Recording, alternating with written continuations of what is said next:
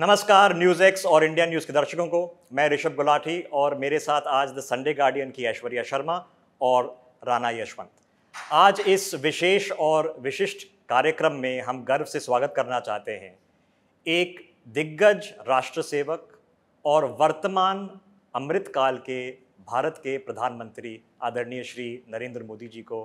प्रधानमंत्री जी, आपने चुनाव प्रचार में इतना समय निकाला हमारे लिए, आपके सभी दर्शकों को मेरी तरफ से प्रणाम। प्रधानमंत्री जी, पहला सवाल मन में आता है कि लगता है कि विपक्ष के नेताओं का सबसे बड़ा मुद्दा ही नरेंद्र मोदी है। आपकी सोच में वो नरेंद्र मोदी की चर्चा इतनी क्यों करते हैं? नरेंद्र मोदी की चर्चा क्यों करते हैं, उसके लिए उनको समझना पड़ेगा। और उनको समझते हैं तो 2004 से 2014 का कार्यकाल देख लीजिए। एक विपक्ष के नाते भी जो पूरी तरह विफल रहे हैं, कोई कंस्ट्रक्टिव रोल अदा नहीं कर पाए। उन्होंने गहन चर्चा करके देश के सामने गंभीर मुद्दे उठा नहीं पाए। उनको लगा कि हुड़दंग करो, अखबारों में जगह ले लो तो गाड़ी चल जाएगी। इस चुनाव में भी मैं देख रहा हूं कि वो सिर्फ मीडिया स्पेस एक्वायर करने के लिए रोज नए नए प्रयास कर रहे हैं, चाहे वीडियो निकालते हो या कुछ ऊटपटांग बयान करते हो या किसी के साथ कुछ नॉर्मली नहीं करते ऐसा व्यवहार करते हैं। तो ये सारी चीज़ें वो मीडिया में स्पेस एक्वायर करने के लिए कर रहे हैं। अब मोदी को गाली एक ऐसी चीज़ है कि उसमें बाकी कुछ हो या ना हो, पब्लिसिटी की गारंटी है।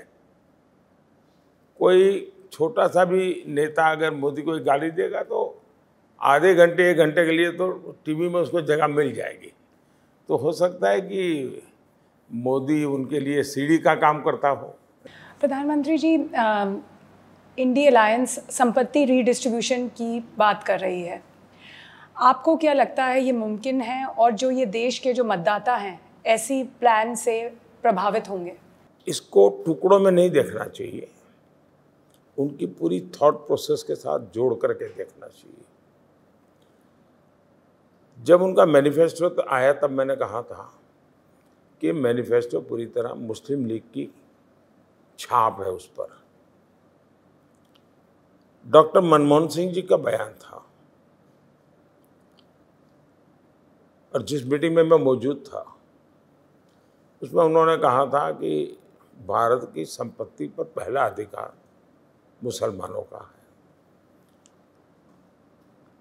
अब जब मैंने ये कहा तो मीडिया वाले, उनकी जो इकोसिस्टम है, उसने तूफान खड़ा कर दिया कि मोदी तो गलत बोल रहे हैं। तो मैंने 2 दिन के बाद मनमोहन सिंह जी की प्रेस कॉन्फ्रेंस ला करके रख दी, तो फिर वो बोलते बंद हो गए। तो ये एक घटना। अब उनके मैनिफेस्टो में कहा गया है कि अब ठेके में भी आरक्षण होगा, कॉन्ट्रैक्ट सिस्टम में। मतलब कहीं ब्रिज बन रहा है तो ब्रिज किस आधार पर आज दिया जाता है? जो कंपनी लेना चाहती है उसमें रिसोर्सफुल है कि नहीं, एक्सपीरियंस है कि नहीं, कैपेबिलिटी है कि नहीं है, वे इस काम को समय पर करने की उनकी क्षमता है कि नहीं है। इन सब को देख करके उसको टेंडर मिलता है, तब जाके वो। अब कहते हैं उसमें भी हम माइनॉरिटी को आरक्षण देंगे, मुसलमान को आरक्षण देंगे। ये सारी घटनाओं को एक साथ जोड़ करके देखें तो जब ये कहते हैं कि हम इनहेरिटेंस टैक्स लगाएंगे, मतलब जो भी संपत्ति लेगी तो संपत्ति पर अधिकार किसका होगा? जो मनमोहन सिंह जी कहा था उनका होगा। अगर ये सीधा सीधा पूरा कैनवास पर रखो तो इसका लॉजिक यही निकलता है।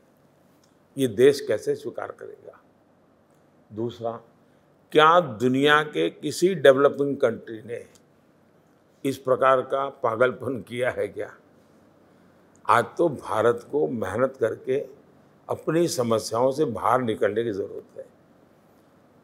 हमने कोशिश करके 25 करोड़ नागरिकों को गरीबी से बाहर लाए हैं।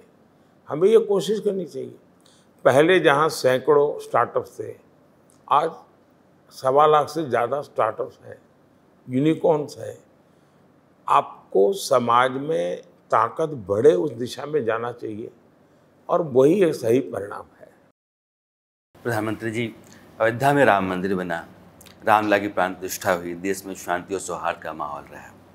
इसी दौरान इकबाल अंसारी आते हैं और चूंकि वो अदालती लड़ाई लड़ते रहे, महत्वपूर्ण व्यक्ति भी हैं, और उनके हाथ में प्ले कार्ड होता है मोदी का परिवार। ये जो तस्वीरें होती हैं, घटनाएं होती हैं, इस बात का संकेत देती हैं कि आपकी जो इंक्लूसिव पॉलिसी है उसके साथ माइनॉरिटीज अपने आप को जोड़ रही है, या तुष्टीकरण की उधर की जो नीति है उससे अपने आप को दूर कर रही है। राम मंदिर, इकबाल अंसारी का उल्लेख किया तो मैं एक एपिसोड आपके सामने रखता हूँ। देश आज़ाद होने के बाद तुरंत राम मंदिर बनना चाहिए था। इतने सालों तक नहीं बना क्योंकि उनको लगता था कि अगर राम मंदिर बनेगा तो उनकी वोट बैंक पर तकलीफ हो जाएगी। अदालत में आखिरी तक उसको रोकने के लिए भरपूर प्रयास हुआ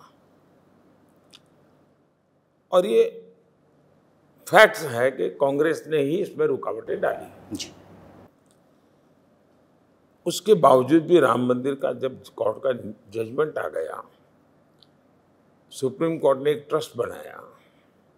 वो ट्रस्ट के लोग बाकी पुरानी सारी बातें भूल करके कांग्रेस के लोगों को इनविटेशन देने गए।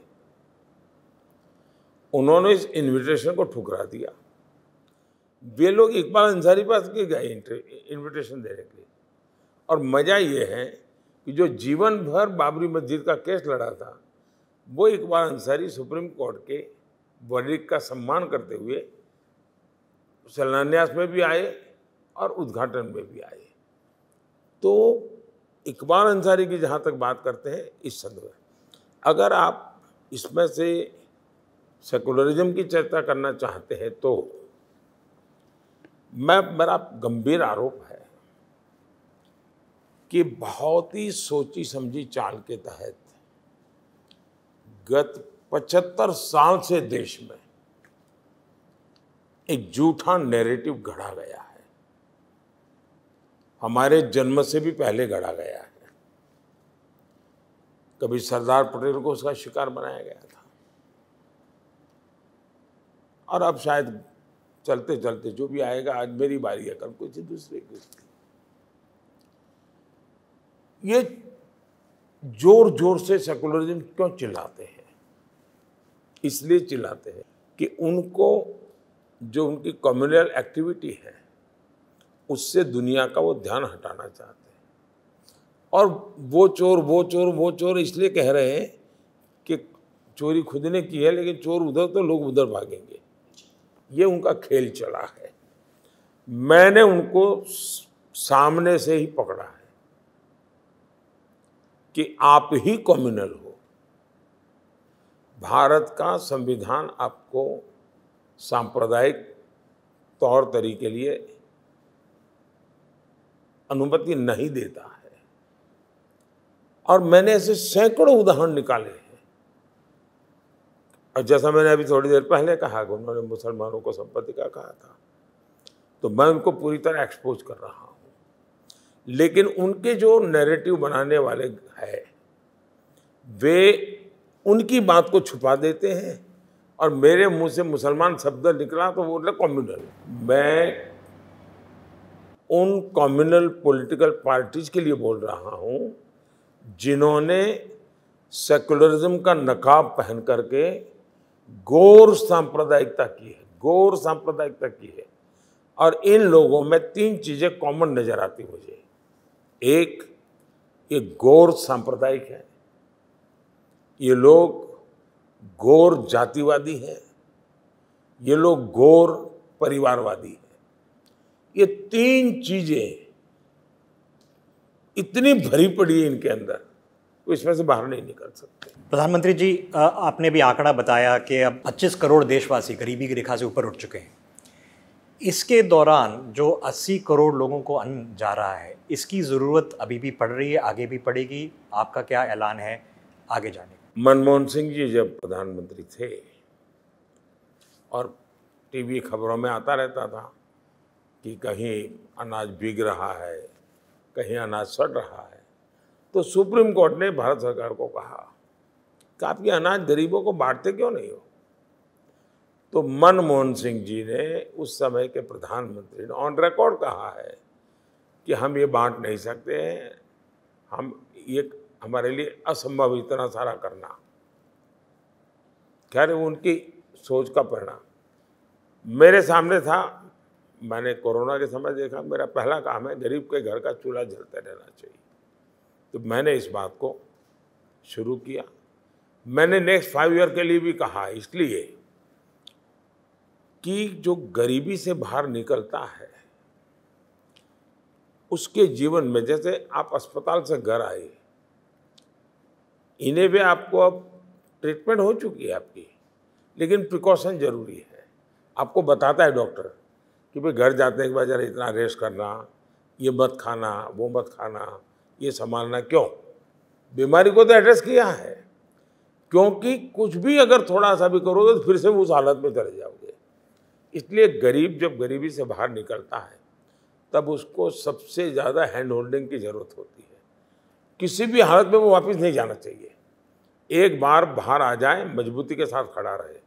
तो मेरा मत है कि आने वाले 5 साल में ये जो गरीबी से बाहर आए हैं वो अपने पैरों पर इतने मजबूती से खड़े रह जाएंगे कि उनको ऐसे अपने परिवार की कोई घटनाएं गरीबी की ओर धकेलेगी नहीं, और तब जाकर के देश गरीबी से बाहर निकलेगा। प्रधानमंत्री जी, हमारा देश सबसे युवा देश है। आपके कार्यकाल में हाल ही में आपने 10 लाख सरकारी नौकरियां दी हैं। विपक्ष कहता है हम 30 लाख देंगे। तो आपके तीसरे टर्म में रोजगार को युवाओं के लिए और कैसे हम बढ़ावा देंगे? अभी आपने स्कॉच का रिपोर्ट पढ़ा होगा, और मैं चाहता हूं कि आपका टीवी चैनल ने स्कॉच के रिपोर्ट पर डिटेल में स्टडी करना चाहिए और टीवी डिबेट करना चाहिए। उन्होंने सरकार की कोई 20-22 स्कीम का डिटेल एनालिसिस किया है, और कितने पर्सन ईयर आवर इस देश में उपलब्ध हुए इसका पूरा आंकड़ा है। उन्होंने कहा 4 करोड़ घर बनाने चाहिए, तो कितने आवर लगते हैं, मतलब इतने लोगों को रोजगार मिलता है। वैसे उन्होंने 22 जगह ऐसे अलग अलग पैरामीटर पर लिखा, और उन्होंने कहा 50 करोड़ लोगों को ये इसका बेनिफिट हुआ है। दूसरा, हमने मुद्रा योजना निकाली, बिना गारंटी हम बैंक लोन देते, यानी शायद 23,000 करोड़ या समथिंग अबाउट है, या 23 लाख करोड़। उसमें फर्स्ट टाइमर 80% है। उसने कोई नहीं अपना कारोबार शुरू किया, 1 या 2 को तो उसने काम दिया ही होगा, तब जा करके चलता है। स्टार्टअप कभी हजारों थे, आज लाखों है, किसी को रोजगार मिला होगा। अगर मानो 1000 किलोमीटर रोड बनता है तो जितने लोगों को काम मिलता है, तो 2000 किलोमीटर रोड बनता है तो ज़्यादा लोगों को मिलेगा कि नहीं मिलेगा? तो आज रोड डबल बन रहे हैं, रेल डबल हो रही है, इलेक्ट्रिफिकेशन डबल हो रहा है, टावर मोबाइल के आज हिंदुस्तान के हर कोने में पहुंच रहे हैं। तो लोगों को काम मिलता होगा तब होता होगा ना। और इसलिए एक भ्रम फैलाया जा रहा है, झूठ फैलाया जा रहा है, और हमें स्वरोजगार की तरफ जाना होगा। और देश में आज एक मूड बना हुआ है, देश का युवा कुछ न कुछ करने के मूड में है, और हमें उसको पूरी मदद करनी चाहिए, हमें एनकरेज करना चाहिए। हमारी मुद्रा योजना वही करती है। अब हम स्वनिधि योजना चलाते हैं, रेडी पटरी वाले हैं, गरीब लोग हैं, लेकिन आज वो बैंक से पैसा ले रहे हैं, बैंक से कारोबार कर रहे हैं, और उसके कारण उनके पास बचत हो रही है। तो अब वो एक्सपांसन करने जा रहे हैं। कभी वो फुटपाथ पर बैठता था, अब लारी खरीदने का चाहता है, अब लारी खरीदता था वो होम डिलीवरी करना चाहता है। यानी उसका एस्पिरेशन भी बढ़ता चला जा रहा है। और इसलिए मैं मानता हूँ कि सरकार में जितना अवकाश है वो तो है ही है, वो तो मिलेगा लाभ, लेकिन इसके अलावा भी बहुत क्षेत्रों पर बढ़ देना चाहिए। प्रधानमंत्री जी, आपकी सरकार सबका साथ सबका विकास के सिद्धांत पर चलती है। सरकार की कल्याणकारी योजनाओं का फायदा हर लाभार्थी को बिना किसी भेदभाव के मिलता है, चाहे वो किसी भी जाति, धर्म, पंथ, संप्रदाय का हो। लेकिन आपका विपक्ष कहता है कि मुसलमानों को सरकार की कल्याणकारी योजनाओं का उतना फायदा नहीं मिलता है जितना मिलना चाहिए। आप पहले व्यक्ति हो जिससे मैं ये सुन रहा हूँ। मेरी सरकार की विशेषता है, उसको आज तक किसी ने ये आरोप नहीं लगाया है कि किसी स्कीम में भेदभाव हो रहा है। विपक्ष कहता है आपका। विपक्ष ने भी नहीं लगाया। मैं बताता हूँ, आप पहले इंसान हैं जिसके मुझसे मैं सुन रहा हूँ।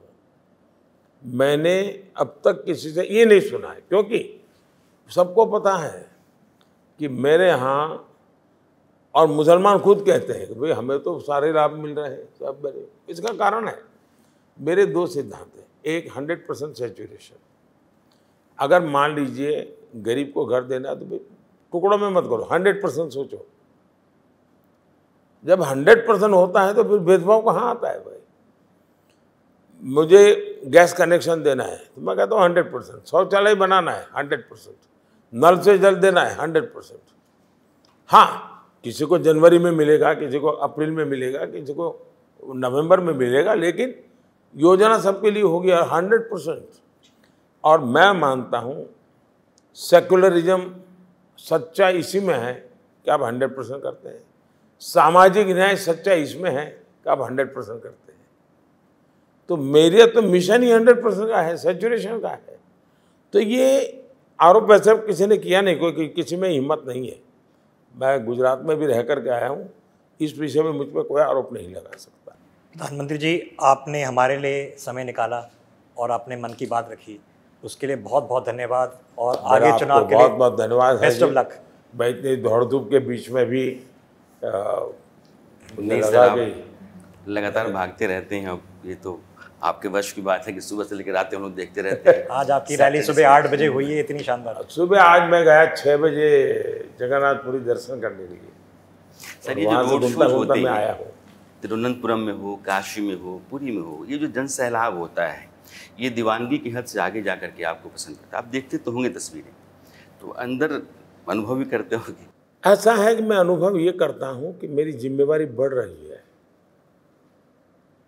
और दूसरा मैं देख रहा हूँ कि चुनाव की ओनरशिप जनता जनार्दन ने ले ली है। हम पॉलिटिकल पार्टियां चुनाव नहीं लड़ रहे हैं, जनता ने ओनरशिप ले ली है इस चुनाव की, और नतीजे भी जनता की इच्छा से ही आने वाले हैं। थैंक यू भैया, बहुत बहुत धन्यवाद। बहुत बहुत धन्यवाद।